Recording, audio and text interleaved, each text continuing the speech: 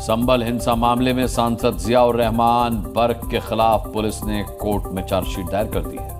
Chargesheet में सांसद बर्क और विवादित जामा मस्जिद के सदर के बीच फोन पर बातचीत को अहम सबूत माना गया है। अब जल्दी ही कोर्ट में ट्रायल शुरू होगा, जिसमें एसआईटी सांसद बर्क के खिलाफ मजबूती से पैरवी करेगी। मतलब अब सांसद बर्क की नई मुश्किलें शुरू हो सकती है। जिन जिन भाइयों ने विवादित जामा मस्जिद के सर्वे के खिलाफ संभल को सुलगाया, उनके गुनाहों का हिसाब तेज हो गया है। हिंसा के 207 दिन बाद योगी फोर्स की एसआईटी ने चार्जशीट दायर कर दी है।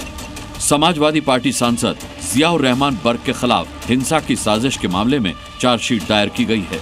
एसआईटी ने जांच में भले ही थोड़ा वक्त लिया, लेकिन 1200 पन्नों की चार्जशीट में सांसद बर्क से लेकर मस्जिद के सदर तक हर उस व्यक्ति के खिलाफ पुख्ता सबूत जुटाए गए हैं जिन पर हिंसा में शामिल होने का आरोप है। जियाउर रहमान बर्क जो कि यहाँ के सांसद हैं, उनको चार्जशीट किया गया है और जफर अली नाम के व्यक्ति जो कि जामा मस्जिद के सदर भी हैं, उनकी और जो यहाँ के सांसद हैं उनकी देर रात्रि तक बातचीत, उससे पूर्व में 22 नवंबर को उनके द्वारा इकट्ठी की गई भीड़ और इस तरीके के तमाम साक्ष्यों के आधार पर पुलिस के द्वारा बखूबी अपराध पाए जाने पर उनको चार्जशीट किया गया है।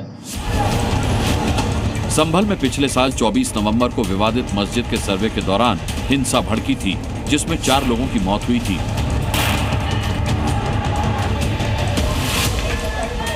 दंगाइयों ने पुलिस वालों की भी हत्या की साजिश रची थी।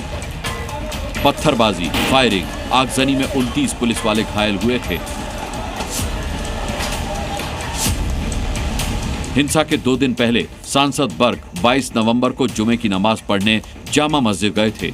इस दौरान उन्होंने भाषण दिया था, जिसमें मस्जिद के सर्वे पर सवाल उठाए थे।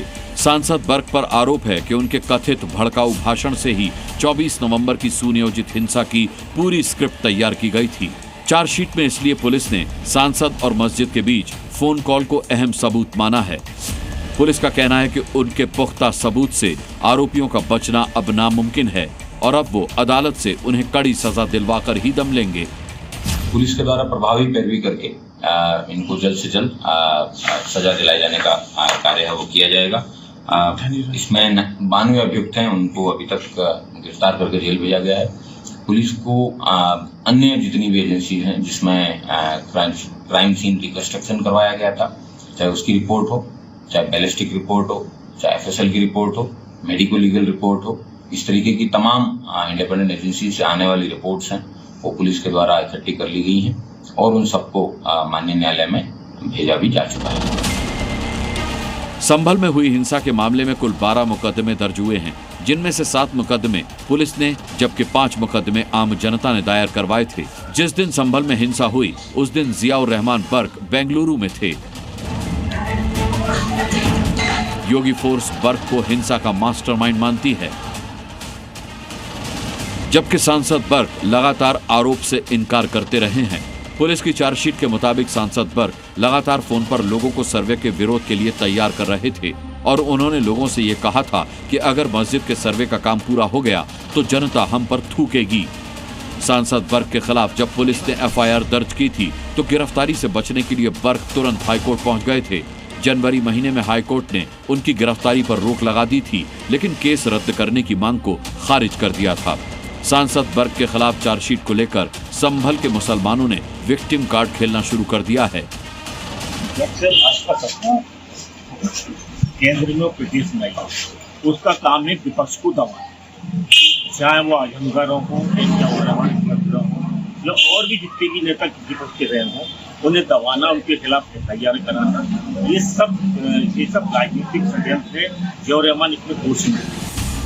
संभल हिंसा में समाजवादी पार्टी के विधायक इकबाल महमूद के बेटे सुहेल इकबाल को पुलिस ने क्लीन चिट दे दी है। अब तक 92 आरोपियों की गिरफ्तारी हो चुकी है। जो फरार हैं उनकी संपत्ति कुर्क करने की तैयारी है। योगी फोर्स का दावा है कि आरोपियों के खिलाफ साजिश से जुड़े ऐसे सबूत उनके पास हैं जो अदालत में सजा दिलाने के लिए काफी हैं। ऐसे में तय है कि सांसद बर्क की मुश्किलें फिर से बढ़ सकती हैं। सुनील सिंह, जी मीडिया, संभल। जी न्यूज़।